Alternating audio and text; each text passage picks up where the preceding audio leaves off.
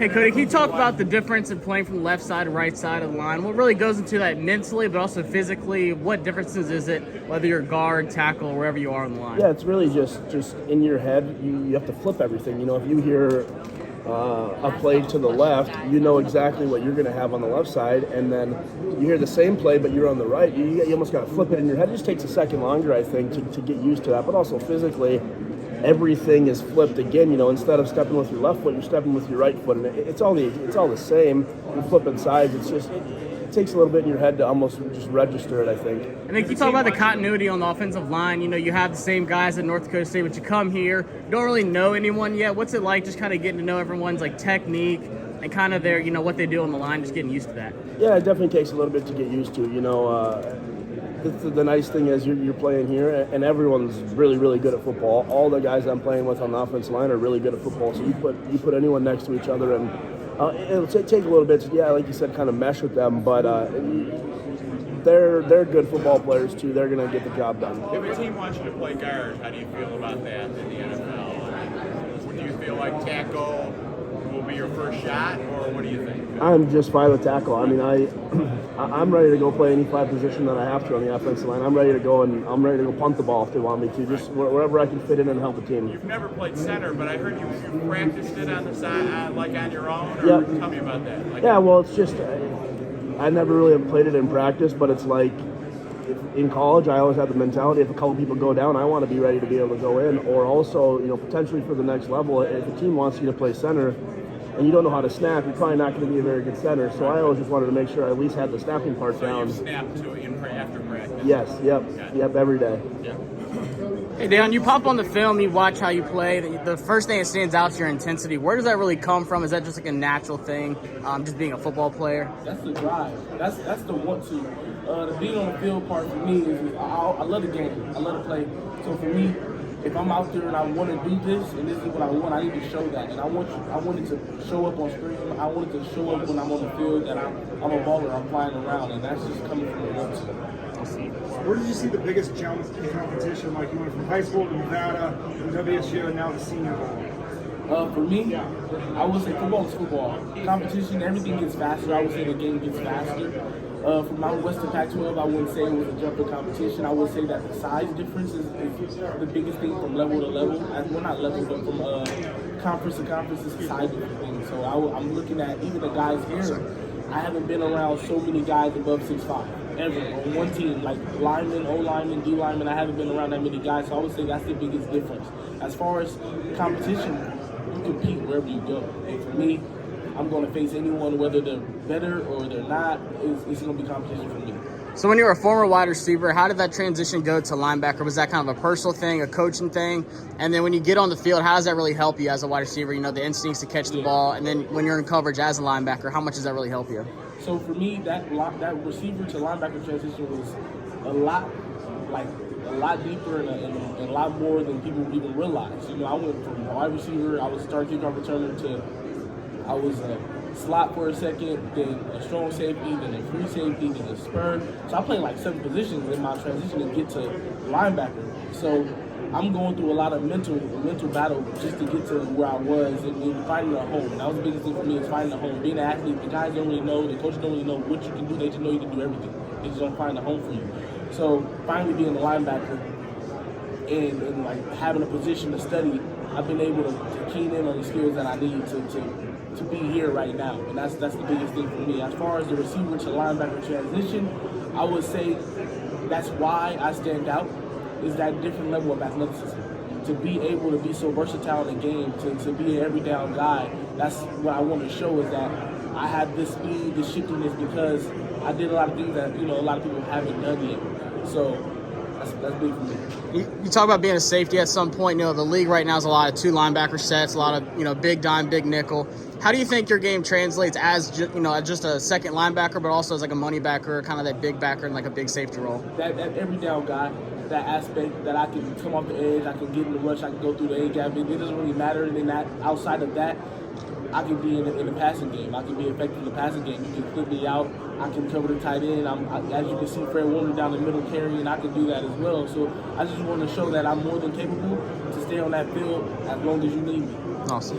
Dan, Hey, Luke, as a guy that can play in line, but also as that Y, with today's NFL, how do you think your game really translates? You see the Kittles, the Kelseys, and what do you really see in their game that you kind of want to add to yours? Yeah, so I kind of take bits and pieces from each person's game. Obviously, they're great at everything. That's why they're some of the best tight ends ever. Like Kittle, I love watching his outside zone. I think, me personally, I love watching him. He's probably one of the best at it ever. Kelsey, as I mentioned, I kind of use the term noodly. He kind of gets around the fingers really well, finds zones.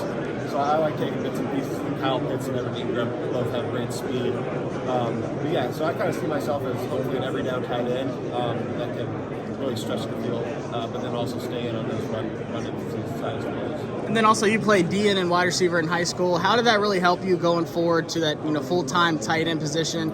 Kind of add the mindset of how a DN is going to attack you, as an inline blocker, and how does that really help you out?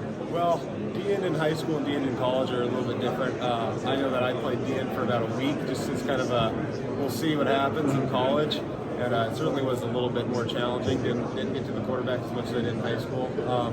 So I don't know. I don't know if it really helps me. I know that playing DN is definitely different. So it's kind of hard to say. Receiver helped me just because running routes, that's always came pretty naturally to me. And then Bill, being your uncle, he was at Denver as offensive coordinator. Now he's at Cal. How does that really help you? Kind of him telling you what to expect at the next level in the NFL. Has he kind of thrown some nuggets in there mentally of what to expect? Or not really. No. He's always been busy. He's my uncle, but we haven't had a super tight relationship. We're always rooting him on from afar, but he's busy. My dad has been the one that's helped me out. He's the one. He also played football in Oregon, so he's been my coach kind of through youth football. And but yeah, it's kind of uncharted territory for me going into the NFL. I know what it's going to take though. But yeah, for the uncle, we've just been rooting him on from afar, going to some of his games.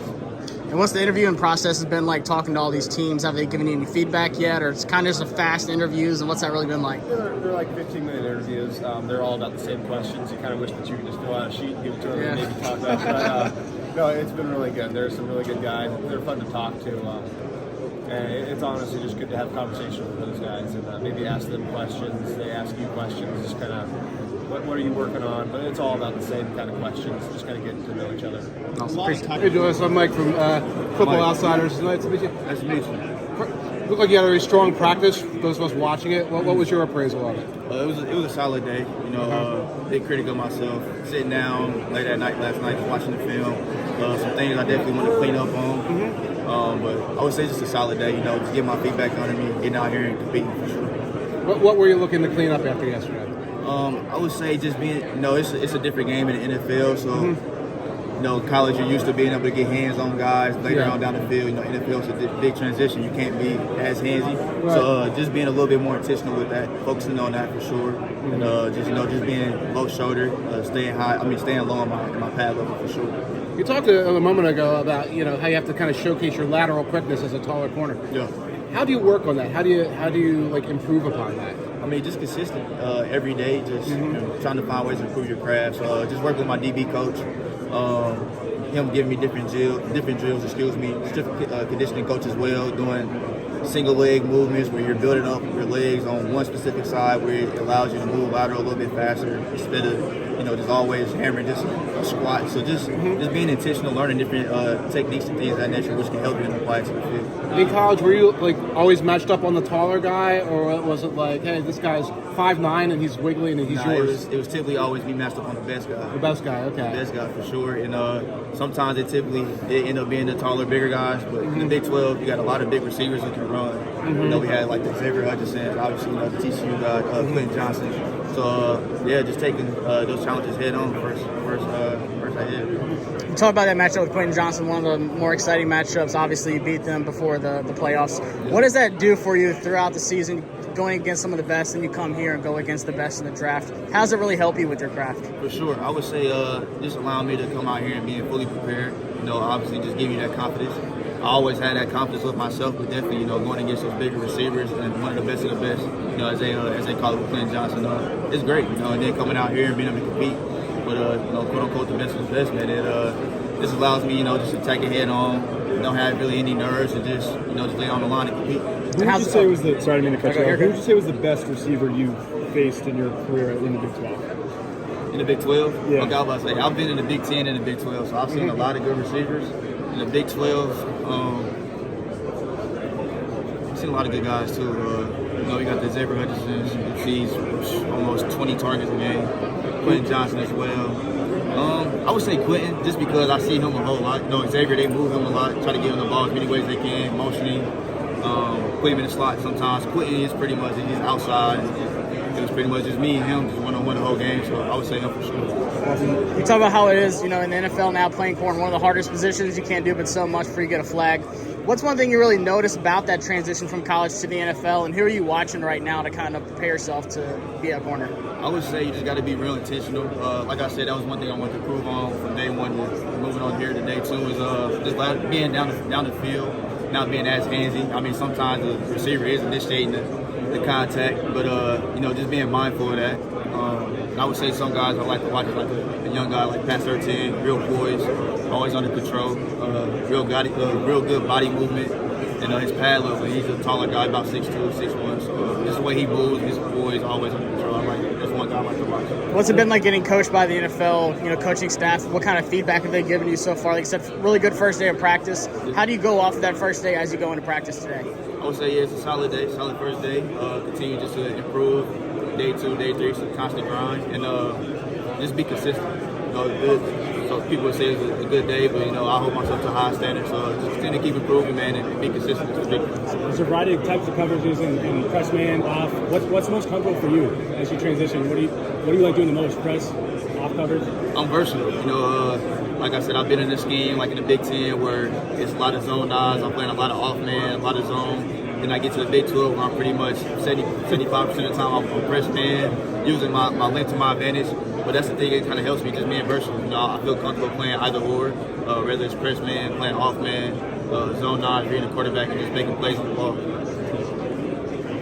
Steve Avila here from TCU. Obviously a crazy year at TCU, you know, making it to the playoffs. What does that really do for you, you know, as a team, but also for yourself, going all the way to the playoffs and facing some of the best competition? Yeah. What did you learn about yourself?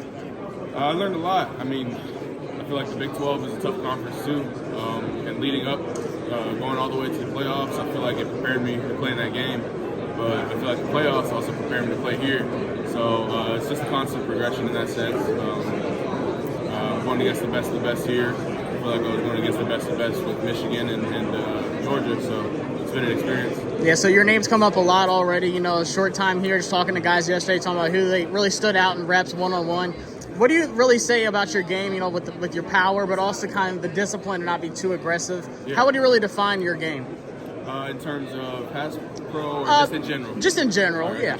Well, I mean, I'm advertised and looked at as an inside zone guy, and I'm not saying that I'm not that, but I do feel like I'm able to do a lot more than that. I do weigh about 330 right now, and a lot of people put you in a box, but I feel like I can do a lot more in terms of scheme and technique. So that's one of the goals that I want have for myself. You know, being here is just to show that I can do a lot of those things. And the coaching staff wants to put you like left guard, right guard throughout the week, or yeah, I'm looking to get reps at both. Center, possibly today and then tomorrow. Again, I want to show my versatility. So what's the one thing you're really working on yourself? You know, even outside of Senior Bowl, you're doing, you know, preparations for the draft. What's one thing you're really focusing on? I guess on the field stuff. Hand placement for me is a big deal because that's one of the most important things as an offensive lineman, and I know that that's what will take me to the next level and up my game. So, yeah. And then obviously you're meeting with every team while you're here. Have you had any talks with the Washington Commanders yet, and what's that really been like? Yeah, definitely. We had an interesting conversation. They seem really interested. So looking forward to meeting them again. Have you got any feedback already from the coaches or other teams so far? Not really. Just kind of. Hopefully they'll come, later.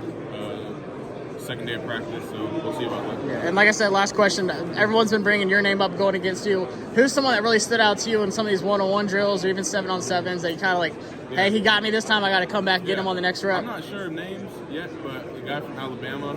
Is it Byron Young? Interior guy.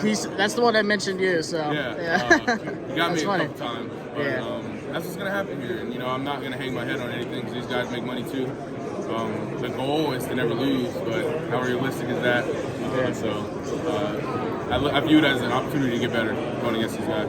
Awesome, man. It's definitely a great week. This is a year where the NFL, there's a bit of an emphasis towards the run game this year as an offensive lineman. Is that something like, oh yeah, I can go you know, I'm excited for that. You know, Syracuse is running the ball a lot. You know, Sean Turner was our running back. He had 1,500 yards in 2021. He had over 1,000 this year. So, you know, pride myself in the run game. And apologies for not knowing, but left side, right side, is one preference to you at the moment, or you kind of think whatever the team needs me to do, and the same thing sort of the scheme. Is there any scheme that you have a preference for right now, or is it all kind of the same? As far as where I'm comfortable playing, I think left tackle is somewhere I'm really comfortable. But one thing about my game, I started off my career on the right side, so I play both left and right. And, you know, that's what I'm trying to showcase the team, that I can be versatile. I saw your family was here yesterday, kind of cheering you on. What was that like, seeing them in the stands, you know, taking a big step towards your career? It was great. You know, they followed me throughout my whole career at Syracuse. I mean, you know, they haven't missed a home game. And, you know, having them here, you know, gives me extra motivation. And also, you know, they come from, you know, Canada where it's snowing right now, and it's cold. It's really cold up in Canada. So, you know, having them out here, they can get away from the snow for a little bit for a week. So it's definitely great. And obviously you're working with Joe Staley this offseason. Talked about that yesterday. What does that really do for you? And who else are you kind of working with? Other, you know, draft prospects or other coaches? Or So, you know, we got a great group of offensive line where I'm training at Rep 1 in Irvine, California. You know, I got CODY, Blake Freeland, and Ryan Hayes. You know, definitely, you know, a talented group of guys. And, you know, working with Joe and working with Coach Paul Alexander definitely, you know, helped us through that process. Yeah, we heard your name a lot yesterday. You know, great day of practice. What did you hear from the coaches and kind of moving forward? What are you going to add to today to build off of yesterday? I'm just trying to get better, you know, especially in the run game. You know, I felt, you know, I left some food on, you know, on the table in the run game, and I'm just trying to get better in that, you know, and get more comfortable. I was, you know, yesterday was just kind of getting the rust off, and now, you know, today it's all go. And then lastly, you know, those one-on-one drills, you don't have someone next to you kind of helping you out at guard. What's that like, and how difficult is it coming, especially in those pass rushing drills, some of the best in the draft here? Oh, yeah, it's definitely not easy, you know, and, you know, we're playing against some of the best of the best, and, you know, they just got so much space to work with, and, you know, as a tackle, you got to be able to move your feet and, you know, play with length, and that's the key to success. Does that really teach you a lot about yourself in those drills, those one-on-one drills where you're just on an island with a guy? Yeah, you know, it definitely helps you because, you know, when it's third and 10 or longer, you know, it's the same type of island that you're going to be on, so it just get you ready for those types of moments. When you're in that one-on-one moment, obviously you're playing a game, it's with a team. Wasn't that one-on-one like in practice? Do you feel like an extra something like, oh, everybody's watching me on this play? You know, at Syracuse we did a lot of one-on-one, so you know I kind of got used to it. One thing that I approached my one-on-ones is you gotta be stress-free, because that's when you might take a false step, make a false read. You gotta be out there loose, you know, get your footwork, get your hand placement, just be relaxed, and that's when you can, you know, react to the rusher. Is there a blocking scheme right now that you feel comfortable with, or is it kind of all good with? I'm kind of all good with all blocking schemes. I mean, I guess I prefer inside-outside zone because I ran it a lot, but I'm good with all run games.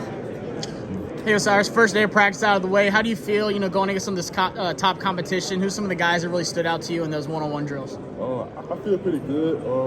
I had fun competing against those guys, and probably some of the guys that stood out was Bergeron from Alabama and Zach Pickens from South Carolina. I had fun going against those guys and just being able to compete against some of the best guys and learning things about my game I didn't really know before because I didn't compete. Like the competing at practice was like it was similar to this, but I mean it's all stars everywhere, so it's just different. So being able to do that and win reps and lose just to get the bounce back, and then like that's the confidence helps you build after winning. Like after a few reps, like helps out a lot. Man, I just had fun at the practice all together. Yeah, you're gonna be working on the left side and right side, obviously throughout the week at guard. Where do you feel like you're more comfortable to where you can just kind of settle your feet in at the next level and just kind of solidify yourself long term? One more question, I feel like I'm more comfortable at right guard because I played it more. But I mean, I started out my career at left guard, so when I got the sets at left guard, look at the film, I look better at left guard, but I feel more comfortable at right guard. So it's all about where a team thinks I'm better at, and like what scheme fits me better, and how I feel at that position. Awesome, appreciate it.